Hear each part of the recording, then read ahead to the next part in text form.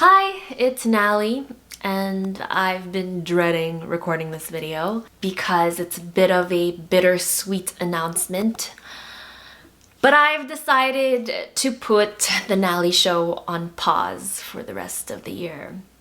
There will be no Nalie Show live as I promised in September, and I had recorded 8 episodes this season and that's gonna be it, although I did have like 20 something planned with amazing guests. The reason why I'm stopping the Nalie Show is because I'm exhausted. I am so drained, and I think it's time that I dedicate that same amount of time and energy that I put into my show and my episodes into my health and into healing. Last month, I received my scan results, and I've been avoiding recording this video too for the reason that the results showed progression. It's still contained in the lungs, which is news I am holding on to. My doctor switched my meds from letrozole to aromacin. I've been doing well, still exercising daily, still spinning, I can breathe perfectly. So I'm not that worried. But then again, those results were kind of like a big slap in the face where it's like,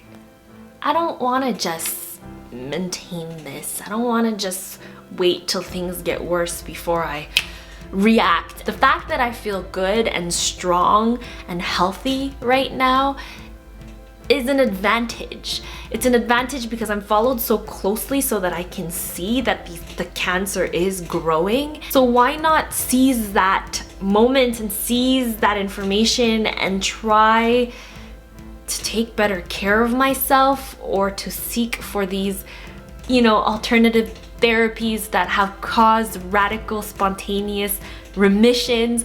Why can't I be that person? This is just me venting, and this whole video is gonna be me venting, so please bear with me. But I just want to speak from the heart today because I feel like it's necessary that I take some time off right now. And then the guilt kicked in. For one, for the show itself, I had hired 2 interns who, came for the interview and they were excited, and I promised them that I was going to, teach them the YouTube talk show ways and social media, and they were expecting a whole 6 months / year with me.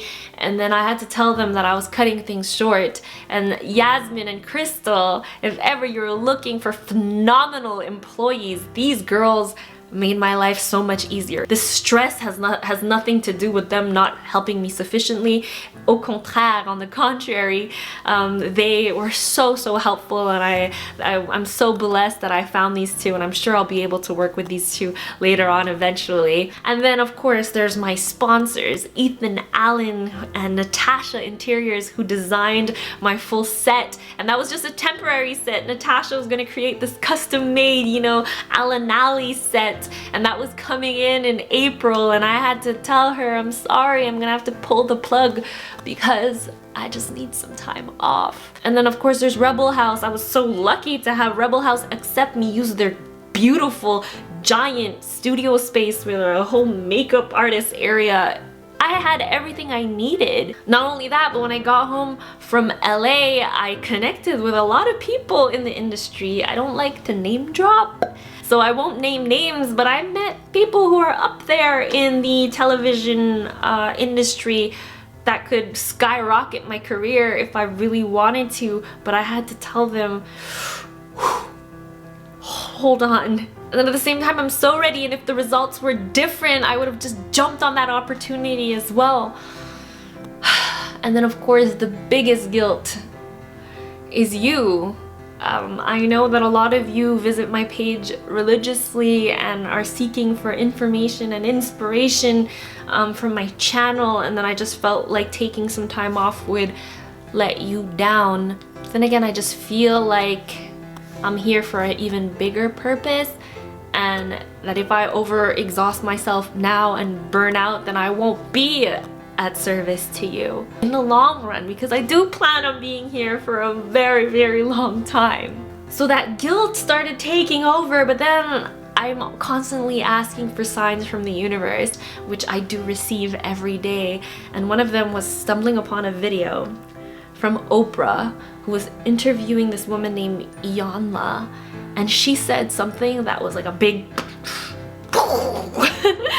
big slap in the face, which was, "My cup runneth over. What comes out of the cup is for y'all. What's in the cup is mine. But I gotta keep my cup full. but my cup is running a little dry."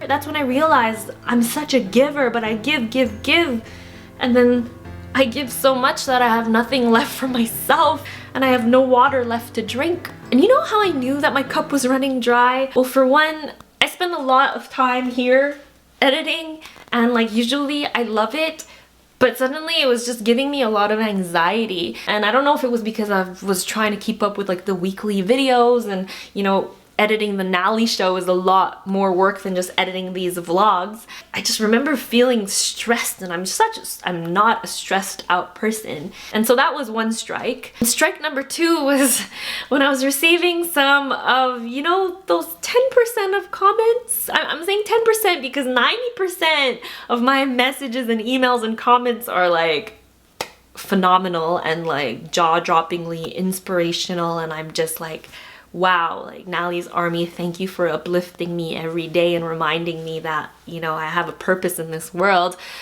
But then there's that 10%. And 10% of, you know, just internet trolls who are like, you have stage 4, stable means nothing, you're gonna die. On a more serious note, I received like messages from women who've been following me forever, and this one woman who has been following me from the start, who now also has MBC, commented about my video that I made with Stephanie Saban, you know, the one that we spoke about 5 misconceptions about stage 4 cancer, and we were just telling our story, but she had the audacity to tell me that I need to be careful with what I say. I think Steph and I had mentioned some statistics in there, but only telling the world what our oncologist had told us. We're not stating, you know, research books or whatnot. We were literally saying, oh, so my doctor said this and my doctor said that.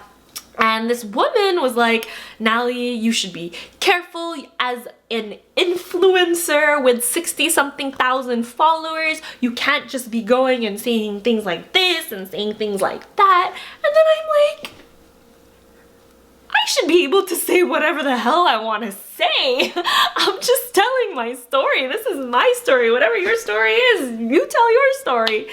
Anyways, you see how I'm reacting? I'm like getting agitated, and usually I have like a much thicker skin where I kind of let things slip and I ignore it and I don't take the time to answer, you know, messages that give me negative vibes. But I did, and I answered in a really bitter, bitchy way, and then I was like, oh my god, that is so not me, and this is a sign that like I'm getting like overwhelmed and exhausted. And then, you know, just random messages of people asking me like, what do you use for your hair to make it grow so fast? How did you recover from chemo? La la la, what's your diet? What are you eating? Usually I'm so quick to want to tell you everything and help you, but then I was just like, I just felt like people were just sucking the blood out of me. But like, it's not you. It is not you, and please don't be watching this and feeling bad that if you ever did ask me a question and I never replied, because lately, since I received my scan results in the last month, I've been very disconnected. I apologize because I know a lot of you are used to me responding to all my comments. And I think strike 3 for me was being on social media.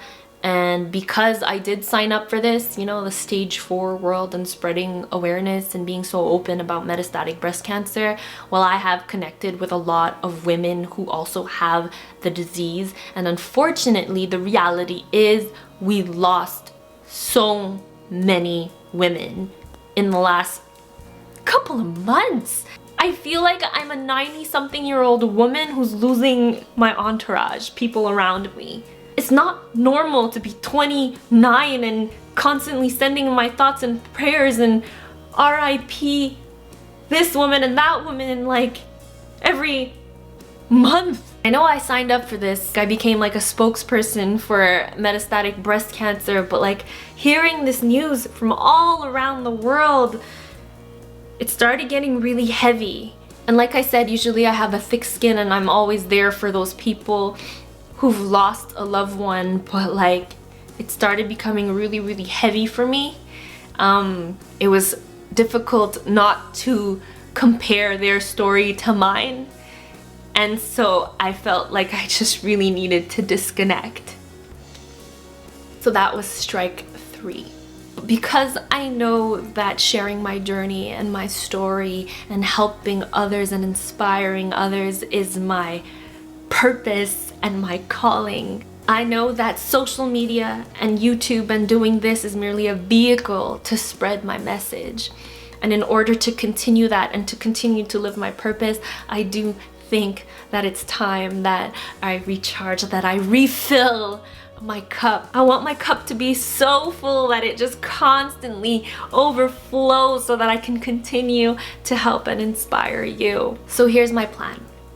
I have stopped the Nalie Show. I will not be doing more episodes or interviewing new guests. I will not be producing a live show like I did last year. It hurts because that's my baby, and I just know that there's so much to do there, but I'm gonna put that on pause. And I plan to take that same amount of time and energy and efforts that I put into my show into my healing. The same way I would search for guests, I'm going to be searching for, you know, alternative complementary therapies that are going to help me heal my cancer. Instead of spending all my time here where I usually do, you know, editing, which I used to love to do, I want to spend my summer mostly outside, just smelling the flowers, going for walks, getting fresh air, soaking up the sun that we barely ever get here in Montreal, and of course spending more time with my friends and family. I've been like the busiest person with stage 4 metastatic breast cancer. Okay, no, I have been the busiest person, period. So on top of stopping the Nalie Show, one of my biggest challenges yet is I'm also going to try to disconnect from social media. I am leaving for Costa Rica with my best friend Marie. We're gone for 2 weeks and I am shutting off my phone. As much as I'm gonna wanna Insta story every damn bird I see in Costa Rica, I'm not gonna do it. I'm gonna take it all in. I'm gonna embrace the moment. I'm gonna turn off Instagram so you won't be seeing anything from me for 2 weeks. That's a lot for me. I'm always posting. I felt like I needed to tell you because so many of you get so worried, which is why I love each and every one of you, because if I don't post, you guys are like, Nalie, are you okay? Is everything all right? La, la, la.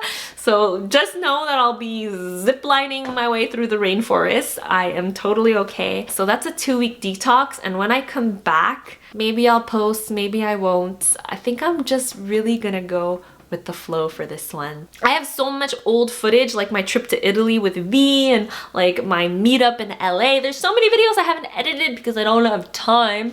So maybe I'll do that if I feel like it, if it comes from the heart. I don't know when I'm gonna be back, but just know that I'm taking this time to disconnect in order to heal, to recharge, to refill my cup so that it overflows, and once it does, I could be back to making these videos so that I can teach you how to heal too, because I think that's my ultimate purpose. Side note, do not comment and say, Nalie, I told you so, I knew you were doing too much, because I do believe that everything that I've done in the past was necessary to keep me going, but now is the time, and it was the only time to disconnect and to take a break.